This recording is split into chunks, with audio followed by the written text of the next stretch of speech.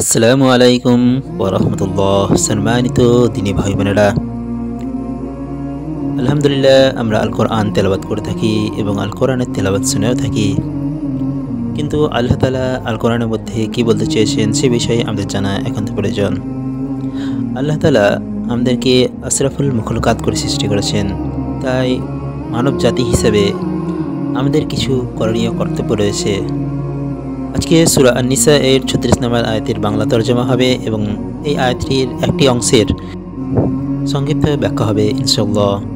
আল্লাহ তাআলা সূরা নিসা এর ৩৬ নম্বর আয়াতে বলেছেন, আর তোমরা আল্লাহর ইবাদত করো ও কোনো কিছুকে তার শরীক করো না, এবং পিতামাতা, আত্মীয় স্বজন, এতিম, অভাবগ্রস্ত, নিকট প্রতিবেশী, দূর প্রতিবেশী, সঙ্গী সাথী, মুসাফির ও তোমাদের অধিকারভুক্ত দাসদাসীদের প্রতি সৎ ব্যবহার করো। নিশ্চয় আল্লাহ পছন্দ করেন না দাম্ভিক অহংকারীকে। অর্থাৎ আল্লাহর ইবাদত করো এবং ইবাদতের বেলায় তার সাথে অন্য কাউকে অংশীদারি সাব্যস্ত করো না। মুয়াজ ইবনে জাবাল রাদিয়াল্লাহু তাআলা আনহু বলেন, আমি রাসূলুল্লাহ সাল্লাল্লাহু আলাইহি সাল্লামের পেছনে তার বাহনে বসা ছিলাম। এই মতো অবস্থায় তিনি বললেন, তুমি কি জানো বান্দার উপর আল্লাহর কি হক? আমি বললাম, আল্লাহ ও তার রাসূলই ভালো জানেন। তিনি বললেন, বান্দার উপর আল্লাহর হক হলো একমাত্র তারই ইবাদত করা, তার সাথে অন্য কাউকে শরিক না করা। তারপর রাসূলুল্লাহ সাল্লাল্লাহু আলাইহি সাল্লাম আরও অনেক পথ চলার পর আবার বললেন, হে মুয়াজ ইবনে জাবাল, তুমি কি জানো বান্দা যদি এই কাজটি করে তাহলে আল্লাহর উপর বান্দার কি হক রয়েছে? আমি বললাম আল্লাহ তার রাসূলই ভালো জানেন। তিনি বললেন, আল্লাহর উপর বান্দার হক হলো তাদেরকে শাস্তি না দেওয়া। বুখারী শরীফ ৬৫০০ নম্বর হাদিস। আয়াতের দ্বিতীয় অংশে আয়াত থেকে স্পষ্ট বোঝা যায় যে তাওহীদের পর সমস্ত আপনজন, আত্মীয় ও সম্পর্কযুক্ত ব্যক্তিদের মধ্যে পিতামাতার অধিকার সবার আগে। আল্লাহ তাআলা সহি ইবাদত বন্দেগী ও হকসমূহের পরেই পিতামাতার হক সম্পর্কে বিবরণ দানের মাধ্যমে ইঙ্গিত করেছেন যে প্রকৃতপক্ষে সমস্ত নিয়ামত ও অনুগ্রহ একান্তভাবে আল্লাহ তাআলার পক্ষ থেকেই।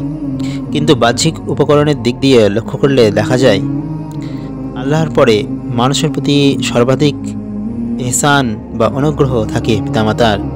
সাধারণ উপকরণসমূহের মাঝে মানুষের অস্তিত্বের পেছনে পিতামাতাই বাহ্যিক কারণ।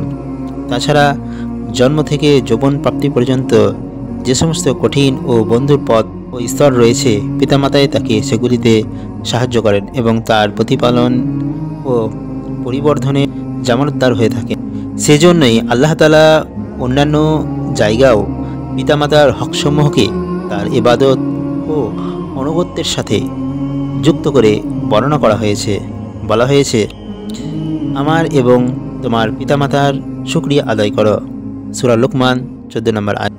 রাসূলুল্লাহ সাল্লাল্লাহু আলাইহি সাল্লামের বাণীসমূহে যেমন পিতামাতার অনুগত্য এবং তার সাথে সদ্ব্যবহারের তাকিদ রয়েছে, তেমনভাবে তার সীমাহীন ফজিলত, মর্তবা ও স্বভাবের কথাও উল্লেখ রয়েছে। এক হাদিসে রাসূলুল্লাহ সাল্লাল্লাহু আলাইহি সাল্লাম বলেছেন, আল্লাহ তাআলার সন্তুষ্টি পিতার সন্তুষ্টির মধ্যে এবং আল্লাহ তাআলার অসন্তুষ্টি পিতার অসন্তুষ্টির মধ্যেই নিহিত রয়েছে। তিরমিজি শরীফ ১৮৯৯ নম্বর হাদিস।